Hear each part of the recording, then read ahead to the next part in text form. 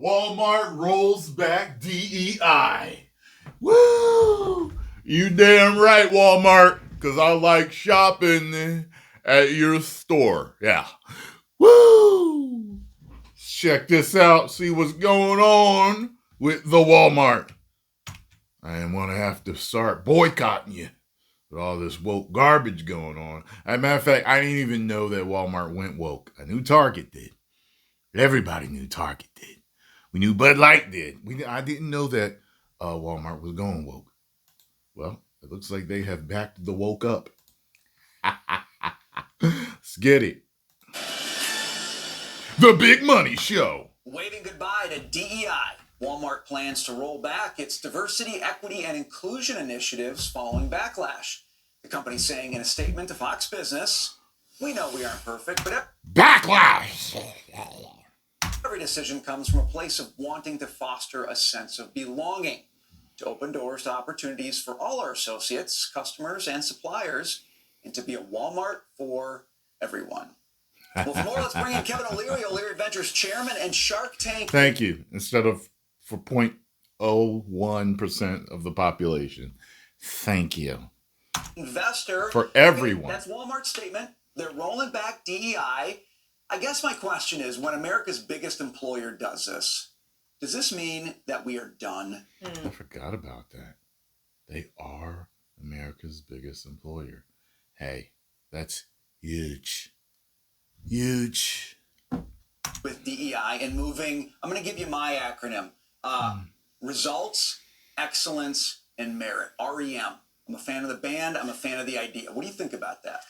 Corporate America got lost, and then it took a huge lesson down from Anheuser-Busch on Bud Light. We teach that in business schools now. A complete combination of idiot. And then it took a huge lesson down from Anheuser-Busch on Bud Light. We teach that in business schools now. Wow. Bud Light made one of the stupidest mistakes of all times in business, and they now teach it in business school. When you become that example in the negative, that's bad.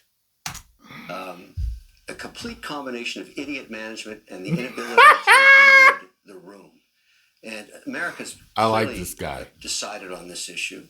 And for the boardroom not to be sensitive and understand what's going on out there, they get punished at the store level. Target's a great example. Wow, when they got into that whole gender identity stuff, they got slaughtered. And they still haven't come back. What mother wants to take... Sergeant Slaughter, you puke, you slime. I can't do it. Sergeant Slaughter impression. Their kids there and get into gender identity on underwear. They never really said sorry. It doesn't matter. The market did it for them. Yeah. The market made them sorry. Them. And I think they should get the whacking stick out. If I were on that board, I think I'd put that policy in place and a whacking and a hacking. You got to start punishing. Start playing whack-a-mole at the management level. That is how you solve for this. That's how we used to do it 20, 30 years ago. So Walmart's getting out ahead of that and saying, we don't want that. Thank you very much. We're going to do the statement. We're going to get out of this, and we want to avoid the punishment, basically. Yeah, but I mean, the customer is always right, always decides, and you have to read the customer. The mother, the father that brings their kids into that store to buy. Their failure. This whole industry's failure.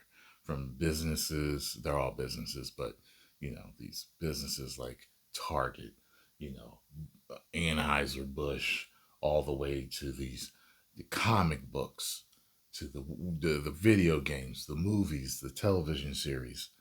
Come on, their failure to read the room and really know what America wanted. I knew. Neurotic knew. Critical Drinker knew. Eric July knew. Heels versus Babyface knew. Okay? And a lot more all knew what the hell was going on and how the people felt. Like I said, we kind of have a unique perspective because we have fans all over the world that write us and send us stuff. I knew how the world felt. And I knew that the majority of the world felt this way. I knew it wasn't the other way around. You know what I'm saying? So it just doesn't make any sense. And I hear Wicked's doing well, but a lot of artsy fartsy You know, that's for a particular crowd, and a lot of softer men and different types of women love stories like that. I hear it's chock full of garbage that I would not want to see. People have wrote me a few times. I am not reviewing it. I have no wants to see that movie. Okay? I will watch The Wizard of Oz 1,000 times over. I love that film. Okay? I do. But I will never watch that. Especially I see the insanity circulating around it too. You know, stuff the actress said about the fans changing the poster. That was really overshooting, went far left. It reminds me of situations where you speak to somebody and they take it the wrong way, but not like a normal person takes it the wrong way. It's like, where did you get that from? That's what I get from this. I'm not that. No, okay. You have to pay me huge, huge. You want me to go? You want me to go? Someone wire me $10,000 and I'll do it. That's like a brand deal. That's not the most I've ever been paid for a brand deal, but I'll do it for one of you. If you want me to review it, I'll do it for $10,000. 10. I'll go see it today. Someone let me know. I'll give you my WhatsApp. Toys and is faced with all this, what crapola? Like, it doesn't make any sense. And they pay a horrible price for it. And I think it's great. And that Anheuser-Busch case, that's such a great case to teach managers in business schools, because they are, a lot of them are thinking, oh, gee, it's the right thing to do. You look at the numbers. No beer. Who would have thought it was the right thing to do? Only people that are out of touch. If you live in a bubble and you are out of touch, that's the only reason why you wouldn't know. That's it. I think this started to happen to Vince McMahon over the years. For some reason, he lost touch at some point. And I don't know if he just started to be in a bubble and not pay attention to us as much.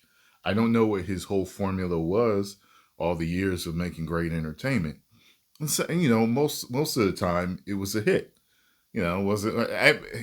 Maybe it was hit or I think it was mostly a hit. You know, I want to say hit or miss, but I think mostly hits for the WWE to have grown to what it was. But at a certain point, it was just like, what are you doing? And people were begging for Triple H to be in charge. You see what I'm saying? And once he was in charge and doing stuff, it's like, oh, you see a shift. So something that Triple H was reading about the fans that maybe Vince wasn't. And sometimes when you're that high up, you think you know everything. I got a buddy whose grandfather's worth $300 million.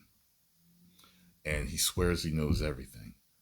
That's what money and success can do to you. All of a sudden, you think you're an expert in everything when you're really not. Okay? You can be really good at one thing, but it can go to the man's ego and make that never become that way, folks. Never. Your company in history has been slaughtered that hard. Right from the beer cans being shot off. We call it a teachable moment. But while you're here, I want to bring up the magic word of the day, the $1,000 word, tariffs. Okay, Yeah. So tariffs, another good word for it is negotiation. Everybody knows this is chapter 3 in Trump's book. I mean, everybody is freaking out on this thing. I keep saying, go read his book. I mean, this stuff, he's getting out there now. Everybody's awake. He woke him up at 2 a.m. Which with book? one post. Every world leader's going, Sure what? So there'll be no tariffs on Canada.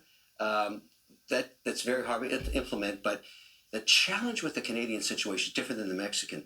Trudeau is a really unpopular leader, and in the parliamentary system, he'll be getting whacked soon. It's the end game in the parliamentary system is so brutal. Look what happened in England just recently. Yeah. It's about to happen to him. So that Trump will not be negotiating with Trudeau. He'll be dealing with a guy named Pierre Poilievre, who's got majority mandate. I think Trump should invite him down to Mar-a-Lago now. I don't know what the protocol and all that is, but he'll be dealing with Pierre.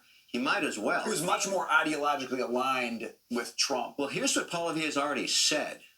I'm going to lift the ban on pipelines. I'm going to kill the carbon tax to be competitive with Texas. And I'm going to open all kinds of investment in Canada. That's Trump's kind of guy. So I know he talked to Trudeau last night, but Trudeau is checking out of Dodge. Yeah. Very soon. Okay. I want to talk about other investments. Medicare and Medicaid. Okay. So they're done talking about Walmart. I'll finish this on my own.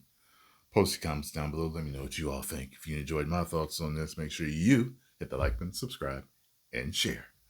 10 million subscribers.